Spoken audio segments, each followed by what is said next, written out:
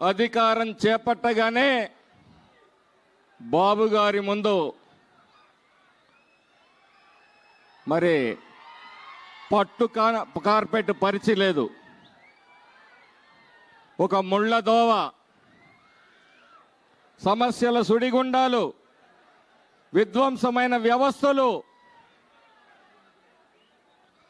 10 లక్షల కోట్లు పైగా ఈ రాష్ట్రం అప్పుల్లో ఉంది.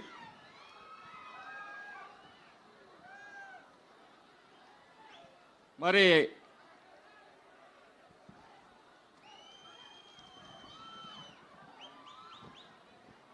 కానీ ఆయన ఏ మాత్రం భయపడలేదు. చాలామంది శాసనసభ్యుడు, మంత్రులు మనం ఏ విధంగా ఈ ఇచ్చిన వాగ్దానాల్ని, ఈ అధఃపాతాళంలో ఉన్న ఆర్థిక వ్యవస్థని సరిచేసుకుంటూ మనం సూపర్ 6 పథకాలని ఎలా ఇవ్వగలుగుతామనేది అందరి శాసనసభ్యులు, మంత్రులు ఆందోళన చెందారు. కానీ ఆయన భయపడలేదు. ఆయన విజనరీ ఆలోచనలకు పదును పెట్టారు, గత అనుభవాలను జోడించారు, పరిష్కారం కోసం శోధించారు. ఇచ్చిన మాట ప్రకారం సూపర్ 6 పథకాల్ని సూపర్ హిట్ చేశారు. దట్ ఈజ్ చంద్రబాబు నాయుడు గారు.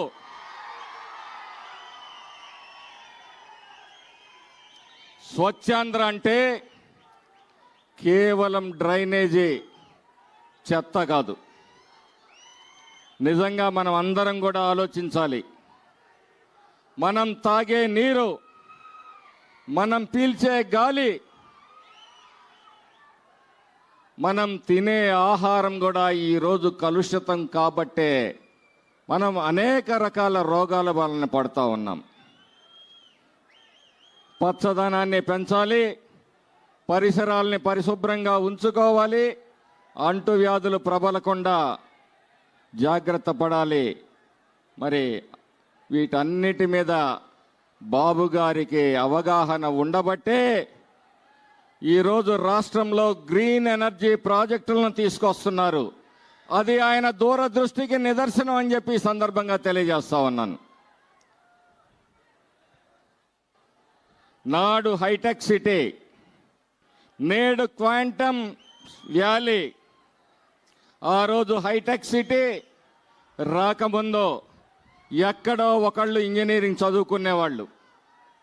బాబు గారి పుణ్యాన ప్రతి ఇంటిలో ఒక ఇంజనీర్ తయారయ్యారు.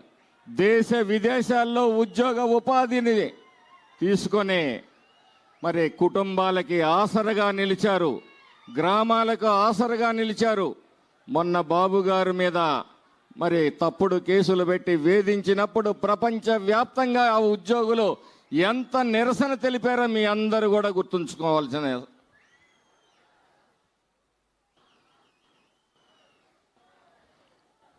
రాష్ట్రంలో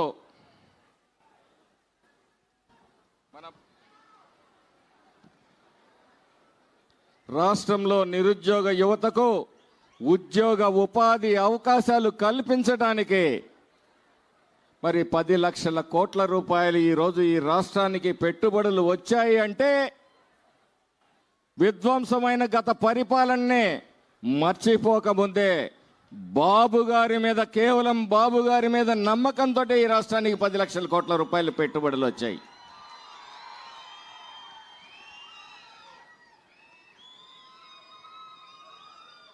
ఈరోజు చంద్రబాబు నాయుడు గారు సామాజిక న్యాయం కోసం ఒక P4 కార్యక్రమాన్ని తీసుకున్నారు. సామాజిక న్యాయం చేయాలన్న బాబుగారి సంకల్పానికి మరి ఆయన మనస్సు నుంచి పురుడు పోసుకున్న కార్యక్రమమే ఈ P4 కార్యక్రమం. అయితే చాలామంది ఇది సాధ్యమా అని ఎద్దేవా చేయొచ్చు, కానీ ఒక్క మాట చెప్తున్నాను, ప్రతి గమ్యం కూడా ఒక్క అడుగుతోటే మొదలవుతుంది. ఆ తొలి అడుగు ఈ ప్రపంచ చరిత్రలో మొట్టమొదటగా బాబు గారే వేశారని చెప్పేసి ఈ సందర్భంగా మీ అందరికీ గుర్తు చేస్తాను. నన్ను ఈ సభావేదికగా మరి బాబు గారు ఏదైతే ఈ P4 కార్యక్రమాన్ని తీసుకున్నారో మనం కూడా నేను సైతం అంటూ బాబు గారు చూపిన బాటలో చిన్నదో పెద్దదో సాటివాడికి సహాయం చేస్తూ ఆదుకుంటూ ఆ కార్యక్రమాన్ని విజయవంతం మనం అందరం కూడా చేయాలని చెప్పేసి మీ అందరినీ ఈ సభాముఖంగా కోరుతూ ఉన్నాను.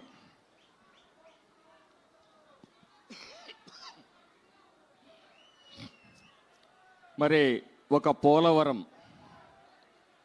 పోలవరం ప్రాజెక్టుని పూర్తి చేయటమే కాదు, అక్కడి నుంచి బనకచర్లకి రాయలసీమకి నీరు అందించాలనే ఒక బృహత్తరమైన కార్యక్రమం బాబు గారికి రైతుల పట్ల రైతుల బాధల పట్ల ఉన్న మరి అవగాహనని తెలియజేస్తూ ఉంది.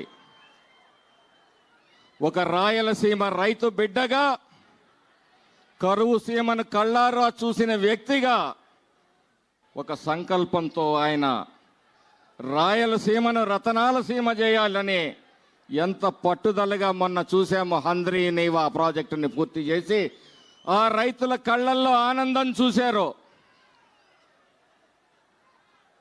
అదే ఆనందం మన మాచర్ల నియోజకవర్గ ప్రజల 6 దశాబ్దాల కల వరికపూడి సెల ప్రాజెక్టుని కూడా వారు పచ్చ జెండా ఊపారు అని చెప్పేసి ఈ సభాముఖంగా తెలియజేస్తూ 6 దశాబ్దాల కల సార్, దానిని మీరు సాకారం చేస్తున్నందుకు మా పల్నాడు ప్రజల తరఫున మీకు మరి వినయపూర్వకంగా నమస్కారాలు చేసుకుంటున్నాను సార్. మీ ఆశీస్సులతో శాసనసభ్యుడినయ్యాను. నా అదృష్టం. ఎందుకంటే మీ హయాంలో మీరు తెచ్చిన జలజీవన్ మిషన్ కానీ, అమృత్ కానీ, వరికపూడి సెల ప్రాజెక్టు కానీ ఇవన్నీ కూడా మాకు కూడా ఎంతో కొంత ఆ ఖ్యాతిలో మీ దగ్గర ఉన్నందుకు మాకు కూడా ఎంతో కింతో దక్కుతుంది. కాబట్టి మాకు నిజంగా ఈరోజు ఛాతీ ఉప్పొంగిపోతుంది సార్ మీ నాయకత్వంలో పనిచేస్తున్నందుకు.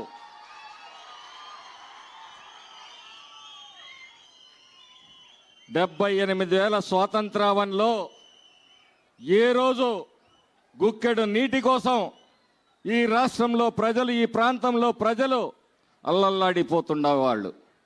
ఈరోజు జేజేఎం ద్వారా ప్రతి పల్లెకి మంచినీళ్ళు ఇచ్చే కార్యక్రమం, అమృత ద్వారా పట్టణానికి మంచినీళ్ళు ఇచ్చే కార్యక్రమం 78 స్వాతంత్రావనిలో మరి మీ హయాంలో జరగటం అనేది ఒక గొప్ప విషయం, ఒక చారిత్రాత్మకమైన విషయం అని చెప్పి సందర్భంగా తెలియజేసుకుంటున్నాను సార్. ఈ పథకాన్ని ప్రజల దాహార్తిని, తాగునీరుని ప్రజలకు అందిస్తూ ఒక గంగాధరుడిలాగా మీరు ప్రజల గుండెల్లో నిలిచిపోతారు సార్.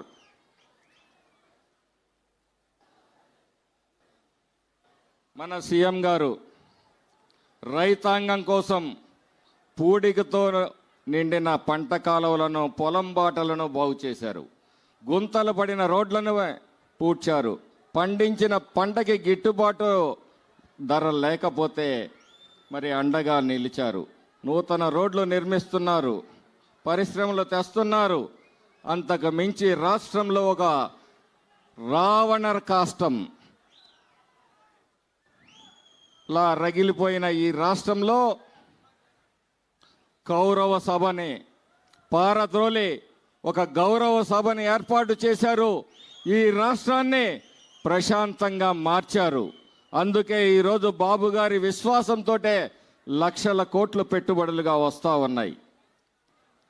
ఇదిలా అంటే మరొక వైపు ఓటమి బాధని భరించలేక, జీర్ణించుకోలేక కొంతమంది ఈ రాష్ట్రంలో కులాల మధ్య, మతాల మధ్య, ప్రాంతాల మధ్య చిచ్చు పెట్టాలి, ఎక్కడ ఏ అవకాశం వస్తుందా ప్రజల్ని రెచ్చగొట్టాలి అనే ఒక ఆలోచనతో పనిచేస్తున్న వాళ్ళందరినీ కూడా సమాజం గమనించాల్సిందిగా ఈ సందర్భంగా మీ అందరినీ కోరుతా ఉన్నాను.